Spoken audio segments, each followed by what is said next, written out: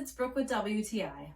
I have been looking for a window treatment for my baby's room since well before he was born, and I finally found the perfect one. This motorized blind by YESCENT. And I love that it has this honeycomb pattern because it makes it so perfect for getting either a little bit of light in or making it completely blackout. The blinds click into these brackets, which screw into the wall super easily. You can also mount this from the ceiling if you would like. I actually got it charged before it went up, and so far we use it every single day, multiple times a day, and we have not had to recharge it yet.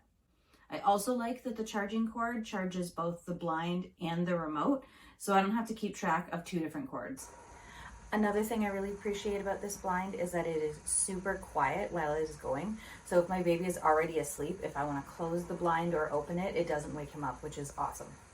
The remote also mounts to the wall so that you can always know where it is. If you are looking for motorized blinds for anywhere in your house, I highly recommend this one.